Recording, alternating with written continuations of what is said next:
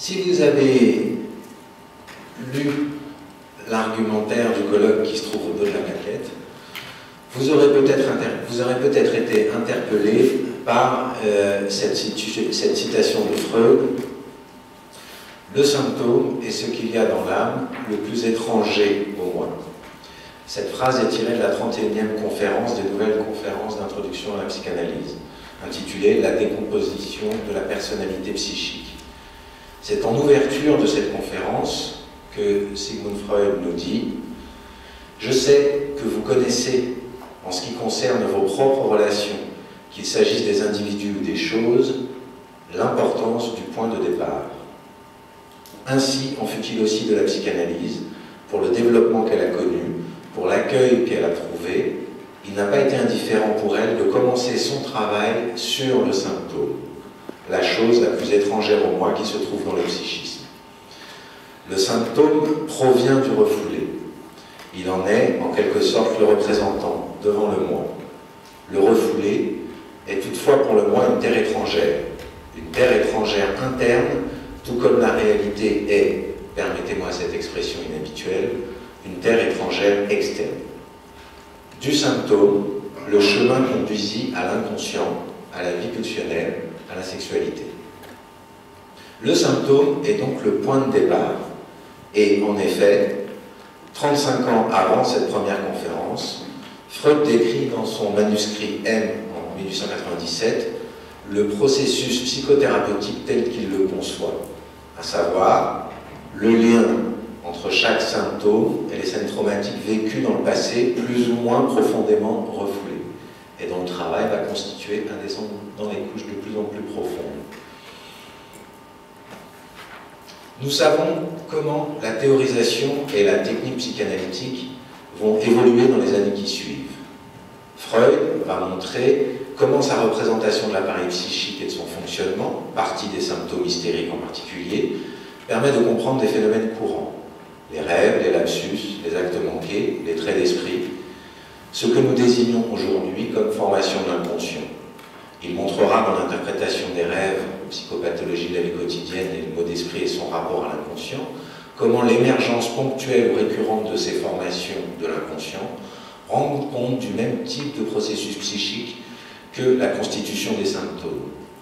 Ce qui l'amène à écrire dans l'abrégé de psychanalyse en 1938, nous avons reconnu qu'il était impossible d'établir scientifiquement une ligne de démarcation entre les états normaux et anormaux. Le symptôme et les formations de l'inconscient sont conçus alors comme le résultat d'un conflit entre différentes instances psychiques qui ont des revendications et des objectifs inconciliables. S'il y a conflit, il s'agit alors de décrire le lieu où il se déroule, les forces en présence, leurs positions, leurs enjeux, leurs stratégies et leurs mouvements.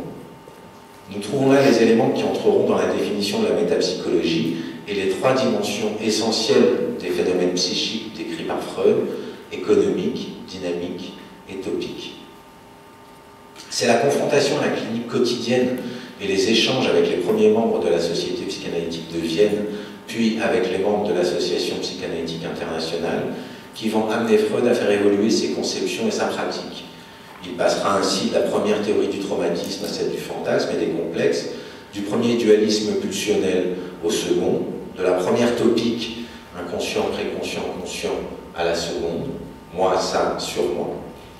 La question du narcissisme, de l'identification, du masochisme et de la pulsion de mort, qui vont servir de pivot à des évolutions conceptuelles majeures à partir de 1914. Où la vision des objectifs d'une psychanalyse est amenée à évoluer et où c'est le remaniement en profondeur de l'appareil psychique qui est visé et qui va avoir des effets sur les symptômes, lesquels pourront à ce moment-là être réglés définitivement et pas simplement transformés ou déplacés. Visée que Freud va résumer à la fin de cette 31e conférence avec la fameuse formule traduite en français, là où était du ça, du moi doit advenir. L'une des formules, l'une des traductions. Le désir de faire science de Freud est inaltérable. Dans la troisième partie de l'abrégé de psychanalyse, relative au progrès théorique, Dans le chapitre 8 intitulé « L'appareil psychique et le monde extérieur », il écrit « Dans notre domaine scientifique, comme dans tous les autres, il s'agit de découvrir derrière les propriétés, les qualités directement perçues de l'objet, quelque chose d'autre qui dépend moins des particularités de nos organes sensoriels et qui se rapproche davantage de ce qu'on suppose être l'état de choses réelles. Certes, nous n'espérons pas atteindre ce dernier, puisque nous sommes évidemment obligés de traduire toutes nos déductions dans le langage même de nos perceptions.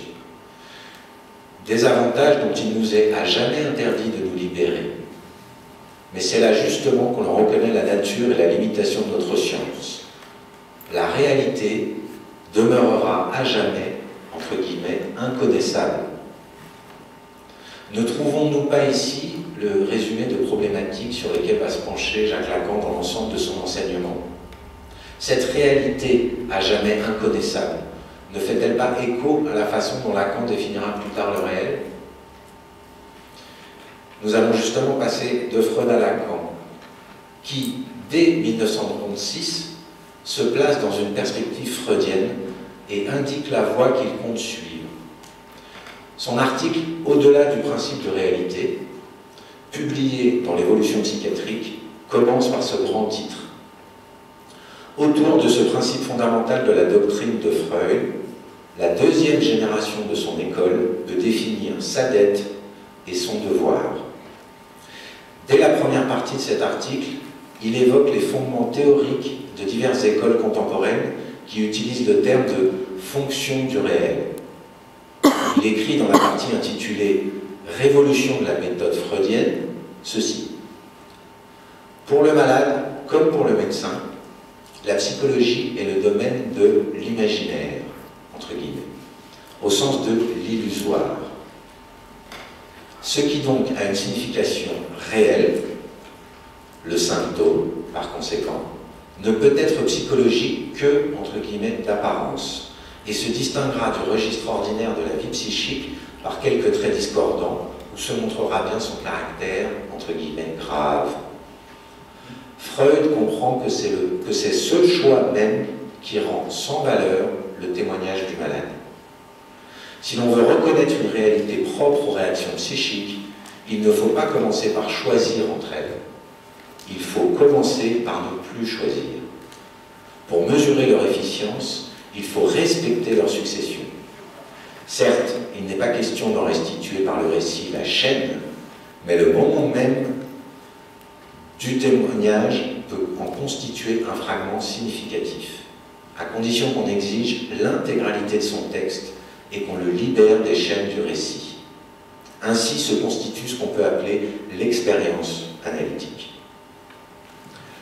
Nous voyons là clairement comment sont déjà présents, même s'ils ne sont pas nommés de cette façon, les registres du réel, de l'imaginaire et du symbolique, et la façon dont ils sont articulés à la théorie freudienne, d'une part, et à la pratique clinique de la psychanalyse, d'autre part. Le témoignage du malade, qu'est-ce d'autre que sa parole, son début?